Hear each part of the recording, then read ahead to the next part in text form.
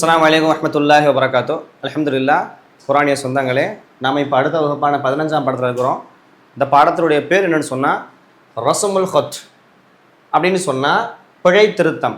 அதாவது பிழையாக இருக்காது. இப்போ தமிழில் எடுத்துக்காட்டு பார்த்தோன்னு சொன்னால் இது ரா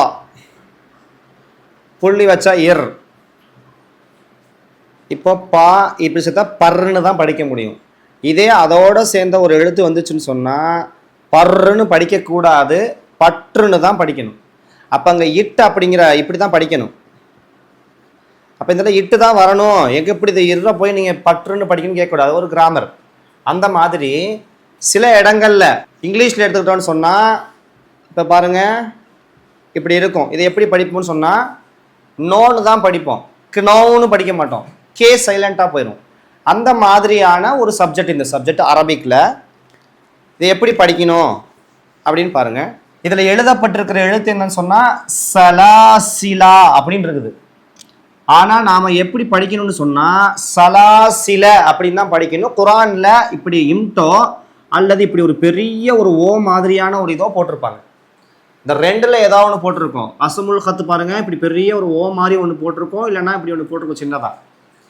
ஒருவேளை ரெண்டுமே போடலனாலும் இந்த மாதிரியான விஷயங்கள் வரும்போது நம்ம தெரிந்து கொள்ள வேண்டுங்கிறதுக்காக இதை போட்டிருக்கிறாங்க. இந்த மாதிரி நிறைய இருக்குது, ஒரு 10-15 தான் இருக்கும், நம்ம தெரிஞ்சுக்கோ இன்ஷா அல்லாஹ். அதே மாதிரி பாருங்கள் மலாயிஹிம் அப்படின்னு இருக்குது. இது இப்படி படிக்காமல் மலஇஹிம்னு தான் படிக்கணும். மலாயிஹிம் அப்படிங்கிறத மலஇஹிம் அப்படின்னு படிக்கணும். அடுத்து இது பாருங்கள், இது எப்படி லீஷா இன் அப்படின்னு படிக்கிற மாதிரி இருக்கும். அப்படி இல்லாமல் இந்த அலிஃப் சைலண்ட் ஆகிடும், லிஷையின் அப்படின்னு படிக்கணும். இந்த அலிஃப் வராது, அப்போ நேரடியாக ஷைன்னு வந்துடணும். அடுத்து மூசா அப்படின்னு இருக்குது. ஆனால் இங்கே பாருங்கள் பின்னாடி யா ஒன்று போட்டிருக்கிறாங்க. இப்படி யா போட்டு எந்த விதமான குறியுமே போடாமல் ஒரு பிளாங்காக வந்துருச்சுன்னு சொன்னால் இதுக்கு எந்த மதிப்புமே கிடையாது. இப்போ என்ன பண்ணிக்கிட்ட படிக்கக்கூடாது. அப்போ மூசா அப்படின்னு தான் படிக்கணும். இதே மாதிரி தான் ஈசா அலி சலாத்து வசலாம், அதுக்கு மூசா அலி சலாத்து வசலாம். ஏன்னா நபிமார்களுடைய பேருங்களால் அப்படி சொல்கிறேன், இல்லைன்னா நார்மலாக தான் படிக்கணும். அதே மாதிரி பாருங்கள், இந்த யாவுக்கு மதிப்பு இல்லை, இந்த ஈசாவுக்கு மட்டும்தான் அலி இஸ்லாம். பாருங்கள் அடுத்தது அதே மாதிரி லி எபுலுவா அப்படின்னு இருக்குது. லி எபுலுவா அப்படின்னு இருக்கிறத லி எபுலுவ அப்படின்னு தான் படிக்கணும். அதாவது இதெல்லாம் தனித்தனியாக இப்படி வராது. குரானில் அடுத்த வசனங்களோட ஒரு வசனங்களில் அடுத்தடுத்த வார்த்தைகளோட சேர்த்து தான் வரும். இப்போ வ அதாவது அலிஃப்க்கு சைலண்ட், லி எபுலுவான்னு உள்ளது லி எபுலுவன்னு மாறிடும். எப்படி தான் இப்போ இங்கிலீஷில் தமிழில் எப்படி எடுத்துக்காட்டு சொன்னனோ அந்த மாதிரி படிக்கணும். இப்போது சில இடங்களில் பார்த்தா தமிழில் பாருங்கள் ராமன் இருக்கும்.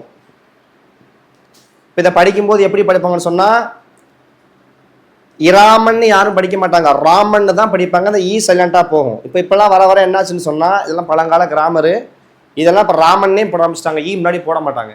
அந்த மாதிரி தான் இதெல்லாம்.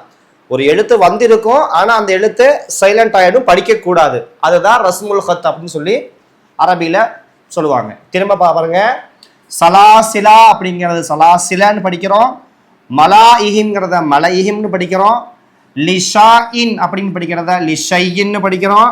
மூசா அப்படிங்கிறதுக்கு பின்னாடி ஒரு எழுத்து வந்துருந்தும் கூட அந்த எழுத்துக்கு எந்த மதிப்பும் இல்லாததுனால, எந்த குறியும் இல்லாதனால அதை படிக்காமல் விட்டுட்டோம். ஈசா அதுக்கும் அப்படி தான் அலைஹி ஸலாத்து வஸலாம். அதே மாதிரி லி எபுலுவா அப்படின்னு உள்ளதை லி எபுலுவ அப்படின்னு படிக்கிறோம். இந்த மாதிரி எக்ஸாம்பிள்ஸோட உங்களுக்கு இந்த கிளாஸில் கொடுப்போம் இன்ஷா அல்லாஹ். தொடர்ந்து நம்மளுடைய இந்த கிளாஸில் பாருங்கள் இன்ஷா அல்லாஹ். குர்ஆனை பிழை இல்லாமல் அல்லாஹ்வுடைய வேதத்தை அழகிய மொழி ஓதுவதற்காக இணைந்திருங்கள். அஸ்ஸலாமு அலைக்கும் வரஹ்மத்துல்லாஹி வபரகாத்துஹு.